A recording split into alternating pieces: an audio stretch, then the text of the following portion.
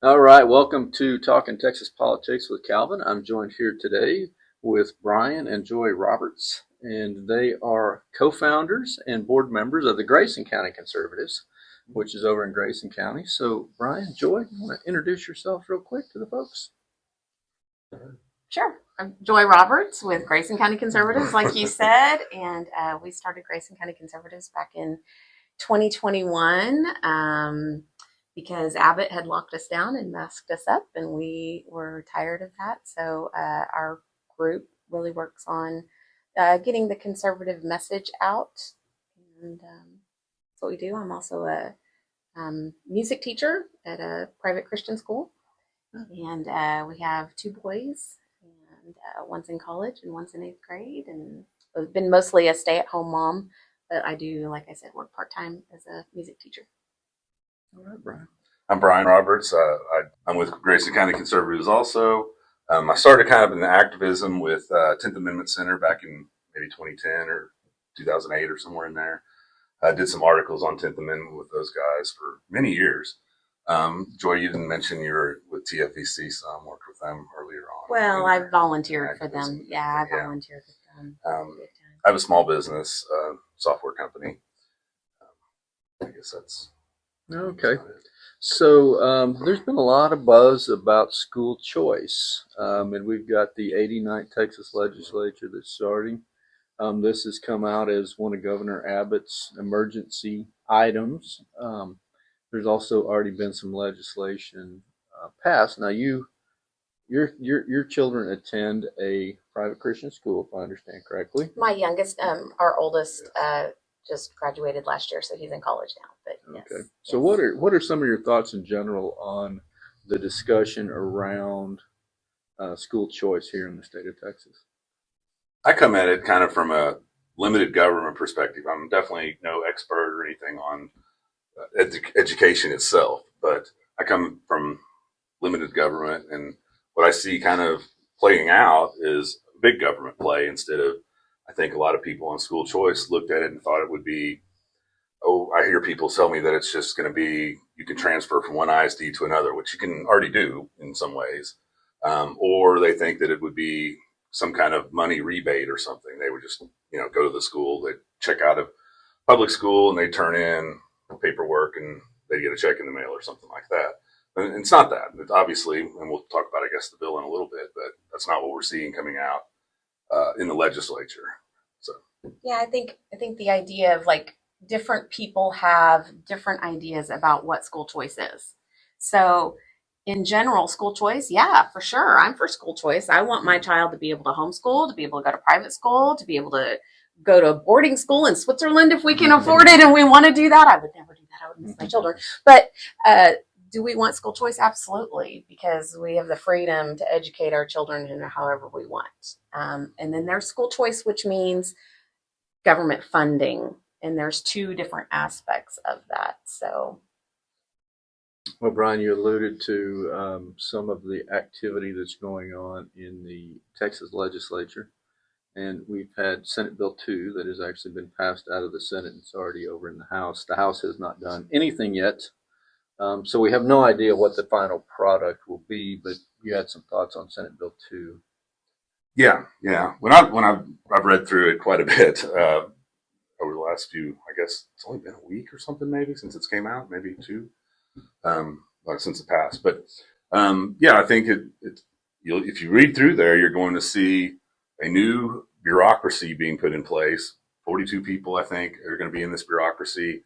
I see $11 billion over 5 years and then that's only going to be, I think in 5 years, or they estimate up to like 150,000 students or something. So it's very redistributive when you have $11 billion going to a subset of just a couple 100,000 students out of a student pool of what is 5.5 million, I think I've seen is the Texas students that we have. So, and in addition to that, of the 42 bureaucrats that would be, I guess, in charge of who gets the money, where the money's going, and how, well, everything that's going on, that of those 42, 8 are from the TEA, which is the whole Texas Education Agency. This is the reason parents get out of public school to begin with. We don't They don't want to be involved with the TEA.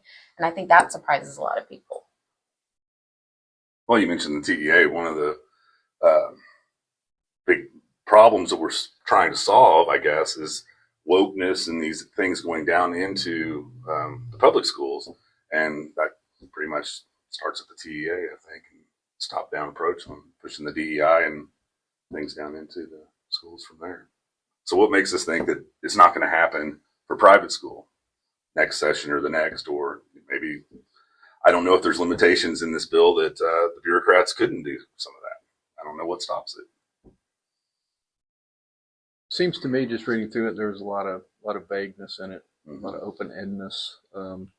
So those are really good questions. So I'm curious, like we homeschool, you go to a private school.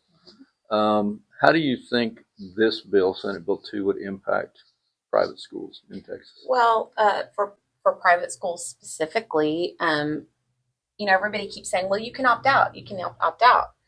But if our school decided to take the money, I'm not sure how we would opt out unless we take our kids out of that school. And, it's taken a while for us to find a school that we love, and our son loves his coaches and his teachers, and that, that's concerning, the idea of just having to rip him out of a school.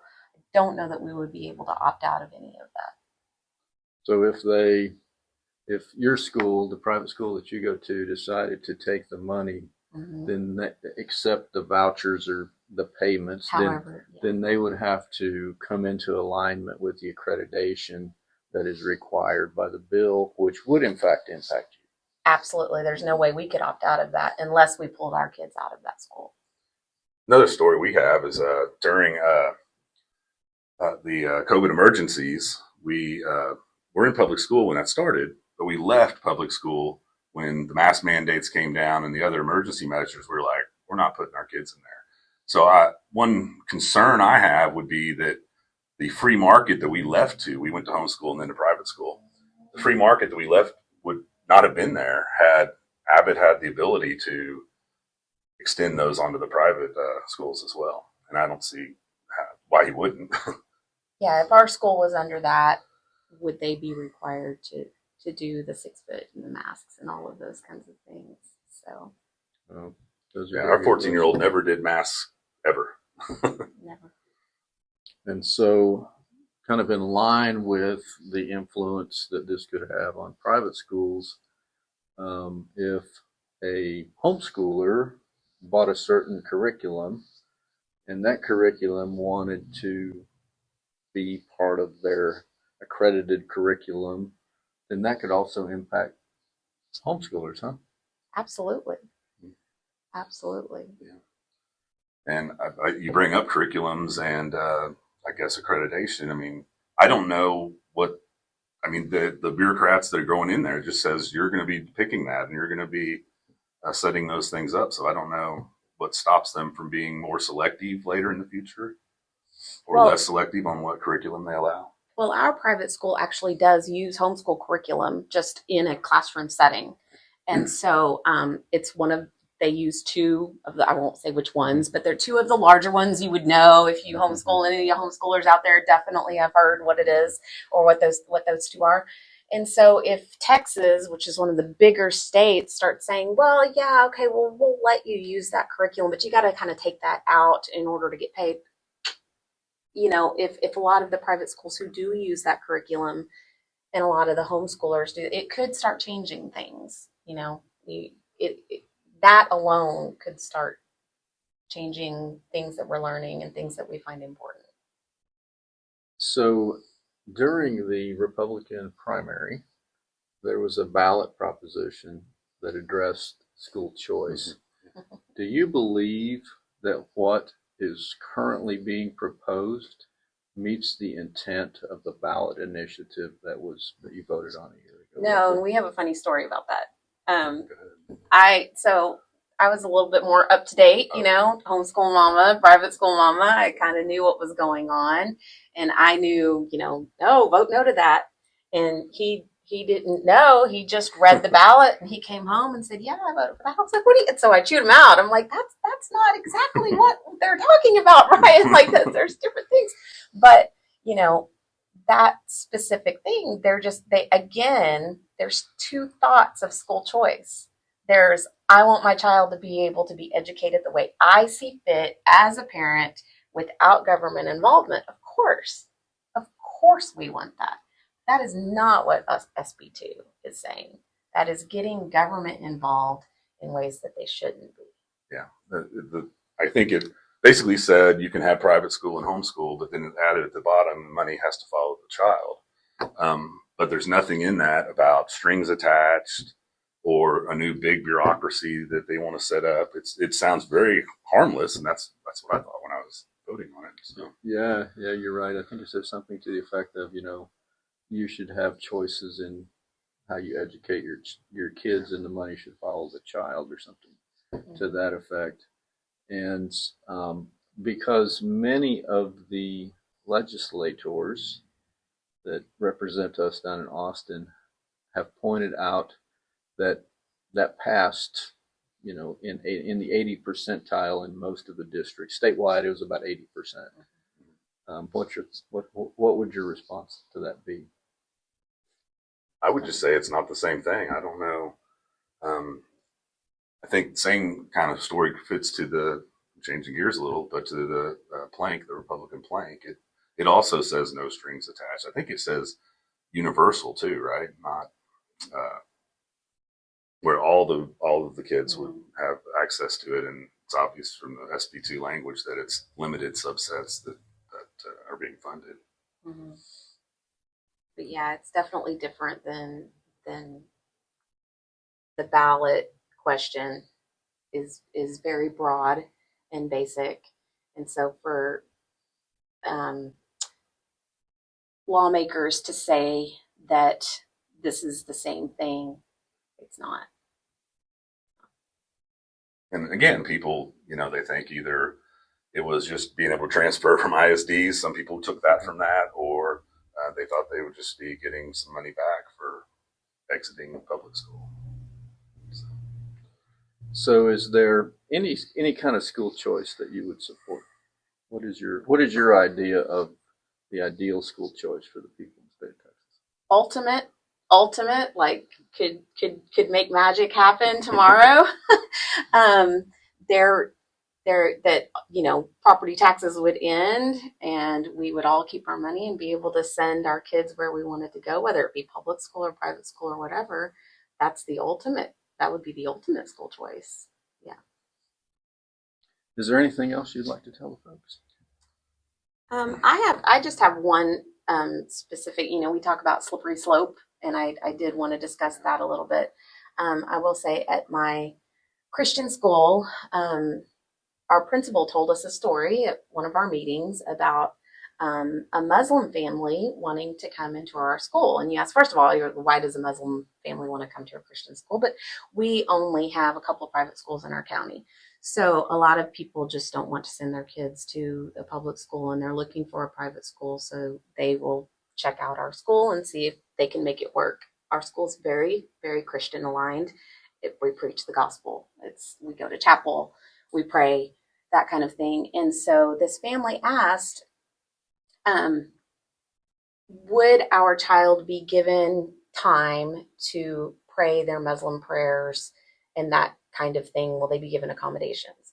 And our principal said, well, no, they're welcome to come here. We're absolutely happy to have you come here, but your child will pray to Jesus with us, and they will attend chapel and sing Christian songs and learn from the Bible. And so they left, and that was the end of it. And my concern is what happens if our school takes this money, or it is included in this accreditation, and in 2, 4, 5 years down the road, and another family comes and asks the same question, and our principal says, no, I'm sorry, we don't do that. And then they say, but wait, this is tax money. What do you mean you won't take us? And then we get sued, and then we're forced to accommodate another religion that prays to another God in our Christian school. That's and that's like that's a real thing that happened. So they didn't sue, obviously, because there's no way for them to do that. But it's very concerning to me that something like SB2 would open up the doors to something like that. From a broad perspective, that is happening. Slippery slopes are going on in all the other states that have some head start on this program that Texas doesn't have. But that it's going to be a consistent battle. It's just here, 63 Democrats we have are going to be putting another bill out there, finding some Republicans that'll work with them. And every session, we're going to have to be fighting back against the slippery slope. And it's a lot. Republicans don't have the greatest history of fighting against slippery slopes. That's why public school is where it's at. And it's a lot easier to get that stuff in when money is involved. Right now, money is not involved. It's completely a free market. There's no way for government to say, well, we think we should. I mean, they can, but it's a lot harder when money is not involved. Taxpayer money is not involved. Yeah. Well, those are very, very good points. So thank you for bringing your perspective. Thank you for having us. So thank you to Joy and Brian Roberts with the Grayson County Conservatives. And thanks everyone for listening to Talking Texas Politics with Calvin. So God bless you and God bless Texas.